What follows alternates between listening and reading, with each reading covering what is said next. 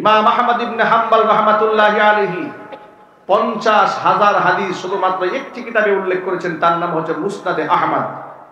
এত বড় পণ্ডিত, এত বড় আলেম, এত বড় মুহাদ্দিস, এত বড় ফকিহ, গোটা জগৎবাসী যাদের ইলমের কাছে ঋণী, এত বড় ফকিহ হওয়ার পরে ইমাম আহমদ ইবনে হাম্বল রাহমাতুল্লাহি আলাইহি একটি মসজিদে নামাজ পড়তে গিয়েছেন, এশারের নামাজ। এশারের নামাজ পড়ে তিনি মসজিদের এক কর্নারে বসে আছেন, বসে তাসবিহ তাহলিল করছেন, জিকির আজকার করছেন। প্রচন্ড শীত, বাহিরে যাচ্ছেন না। মুয়াজ্জিন সাহেব এসে বললেন, এই পথিক মুসাফির, নামাজ তো শেষ হয়ে গেছে, আপনি একটু বের হন এখান থেকে। আহমদ ইবনে হাম্বল নিজের পরিচয় দিলেন না, তার সামনে বললেন না তিনি। আহমদ ইবনে হাম্বল রাহমাতুল্লাহি আলাইহি বললেন, মুয়াজ্জিন সাহেব, আমি একজন পথিক মুসাফির, বাহিরে প্রচন্ড ঠান্ডা, ইশারের নামাজটা মসজিদে জামাতের সাথে আদায় করেছি। আমি যদি সারা রাত এখানে তাহাজ্জুদে কাটাই দিই, তাসবিহ তাহলিলে কাটাই, সকালবেলা ফজরের নামাজ জামাতের সাথে আদায় করে আমি বের হয়ে গেলাম, এতটুকু সুযোগ কি আমাকে দেওয়া যায় নাকি?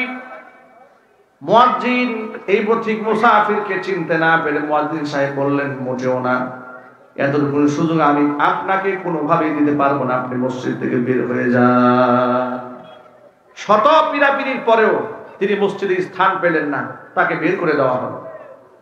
আহমদ ইবনে হাম্বল মসজিদ থেকে বের হলেন, বাহিরে এত ঠান্ডা, উঠায় গিয়ে একটু আগুনের তাপ নেওয়া যায় শরীরে। হাঁটতে হাঁটতে অদূরেই দেখতে পেলেন একটা ইয়াং ছেলে দোকান খুলে তিনি রুটি বিক্রি করছেন, তাওয়ার মধ্যে রুটি সেকতেছেন, রুটি বানাচ্ছেন। ইয়াং ছেলের দোকানদারের পাশে গিয়ে তিনি দাঁড়ালেন, দাঁড়িয়ে বলেন, ও দোকানদার, আমি যদি তোমার তাওয়ার পাশে বসে গায়ের মধ্যে একটু তাপ গ্রহণ করি, আগুনের তাপ নেই, তোমার কোনো অসুবিধা হবে? যুবক দোকানদার বলেন, এটা তো অসুবিধা হওয়ার কোনো কারণ নাই, বরং আপনি আমার পাশে বসেন, আপনি বসলে রাতের বেলা আমি একজন সাথী সঙ্গী পেয়ে গেলাম। নিজের পরিচয় দিচ্ছে না, এত বড় আল্লাহর ওলি, এত বড় হাস্তি। ইয়াং ছেলের পাশে বসে আছে। আহমদ ইবনে হাম্বল লক্ষ্য করলেন, ছেলেটি রুটি যখন খামিলা বানাচ্ছে তখন বলছে আস্তাগফিরুল্লাহ, তাওয়ার মধ্যে রুটি যখন দিচ্ছে তখনও বলছে আস্তাগফিরুল্লাহ, তাওয়ার উপর থেকে রুটি যখন উঠাচ্ছে তখন বলছে আস্তাগফিরুল্লাহ। কাস্টমার কাছে রুটি হস্তান্তর করছে, বললেন আস্তাগফিরুল্লাহ। টাকা গ্রহণ করছে, তিনি বললেন আস্তাগফিরুল্লাহ। জবানে কথায় কথায় তার ইস্তিগফারের আমল দেখে এত বড় মুহাদ্দিস, এত বড় ফাকিহ, এত বড় ইমাম, তিনি অবাক বিস্ময়ে যুবককে জানতে চাইলেন, ও যুবক, কথায় কথায় মুখের মধ্যে ইস্তিগফার, কি কারণ এত ইস্তিগফার জবানে পাঠ করো? যুবক বলছে, পথিক, তুমি বুঝতে পারবে না, আমি এই ইস্তিগফারের আমল করার কারণে আল্লাহ পাক আমার কত মর্তবা বাড়িয়ে দিয়েছেন। আমাকে আল্লাহ তাআলা মুস্তাজাবুদ দাওয়া বানিয়ে দিয়েছেন। দোয়া করতে দেরি হয়, রবের কাছে আমার দোয়া কবুল হতে দেরি হয় না। যে দোয়া করি সেই দোয়াই কবুল হয়ে যায়। আহমদ ইবনে হাম্বল অবাক বিস্ময়ে দোকানি ছেলেটার দিকে তাকিয়ে আছে। অল্প বয়সের ছেলে, বলেটা কি, সে নাকি মুস্তাজাবুদ দাওয়া হয়ে গেছে, আল্লাহর কাছে যে দোয়াই করেন সেটাই নাকি কবুল হয়ে যায়। যুবক বলছে, পথিক মুসাফির, আল্লাহ তাআলা এ পর্যন্ত আমার সকল দোয়া কবুল করেছেন, কিন্তু একটা দোয়া আল্লাহ এখনো কবুল করেন নাই, হেতু কি বুঝতে পারি না। আহমদ ইবনে হাম্বল জিজ্ঞেস করলেন, কোন দোয়া কবুল হয় নাই? যুবক বলে, আমি আল্লাহর কাছে বহুদিন দোয়া করেছি, আল্লাহ এই জমানার শ্রেষ্ঠতম আলেম ইমাম আহমদ ইবনে হাম্বলকে যেন জীবনে একটা বার আমি দেখতে পারি, আর আমি যেদিন তাকে আমি সাক্ষাৎ দেখব, বুকের সাথে আলিঙ্গন করব, তার কপাল ধরে একটা চুমা খাবো। আল্লাহ তুমি এই সৌভাগ্য আমাকে দান করো। এতদিন পর্যন্ত রবের কাছে এই দোয়াটা করেছি, কিন্তু কেন যেন আমার রব এখনো পর্যন্ত দোয়াটা কবুল করে নাই। এতক্ষণ পর্যন্ত আহমদ ইবনে হাম্বল রাহমাতুল্লাহি আলাইহি নিজেকে আড়াল করে রেখে দিয়েছিলেন, পরিচয় গোপন রেখে দিয়েছিলেন। এখন তিনি আর পরিচয় গোপন রাখতে পারলেন না।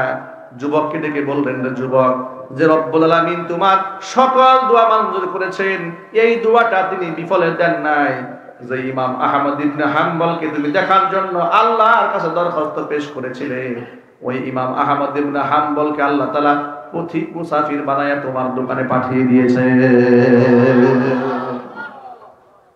আমার প্রিয় বন্ধুগণ, যুবকটি ইমাম আহমদ ইবনে হাম্বল রাহমাতুল্লাহি আলাইহির বুকের সাথে আলিঙ্গন করলেন, কপাল ধরে চুমা খাইলেন। ঘটনার বিবরণ থেকে আমি আপনাদেরকে এই মেসেজটা দিতে চেয়েছি, এই পৃথিবীতে যারা মহান ব্যক্তি হন তারা মানুষের সামনে নিজেকে জাহির করতে চান না, অত্যন্ত বিনয়ের সাথে নিজেকে আড়াল করে রাখতে চান। আর যাদের ভিতরে কিছু না থাকে তারাই দেখবেন সমাজের মধ্যে বড় বড় অহংকারী কথাবার্তা বলে। ঠিক কিনা বলেন?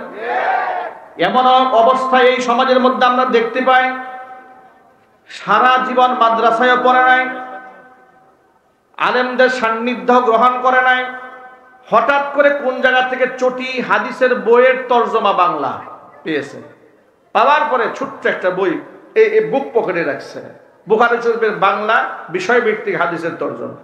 মাশাআল্লাহ, পড়েন, ভালো কথা, এটা ওয়েলকাম। আপনি যত পড়াশোনা করবেন আপনার জ্ঞান বৃদ্ধি পাবে, আপনার চোখের অন্ধত্ব কেটে যাবে, আপনি আলোর পথ পাবেন। ঠিক কিনা বলেন? কিন্তু যুবক দুইটা হাদিস পড়ে মাথা নষ্ট হয়ে গেছে। হাদিস পড়ে এখন সে ইমামুল মুহাদ্দিসিন সাজা শুরু করছেন।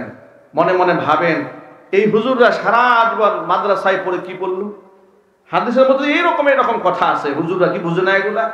নিজেকে আলেমদের চাইতে শ্রেষ্ঠ মনে করতে শুরু করে দেয়। এমনকি অনেক সময় বড় বড় ইমামদের সমালোচনা তার মুখে শুনতে পাওয়া যায়। কথা ঠিক কিনা বলেন? তাকে বলে ফেলে ইমাম আবু হানিফার কি বুঝছেন, হাদিসে তো এরকম আছে। ইমাম শাফি কি বুঝেছেন, ইমাম আহমদ ইবনে হাম্বল কি বুঝেছেন, আমি তো হাদিসের মধ্যে এটা পেয়েছি। আহারে যুবক, কত বড় বেওকুফ হলে 2 লাইন তুমি তর্জমা পড়ে পাগল করা হয়ে গেলে। তুমি যাদের সমালোচনা করছো তারা ইমামুল মুহাদ্দিসিন, মুহাদ্দিসদের লিডার ছিলেন। চিৎকার দেখুন আল্লাহু আকবার। আর আচরণটা ছিল এরকম, নিজেকে কিছুই মনে করতেন। আল্লাহু আকবার বলেন।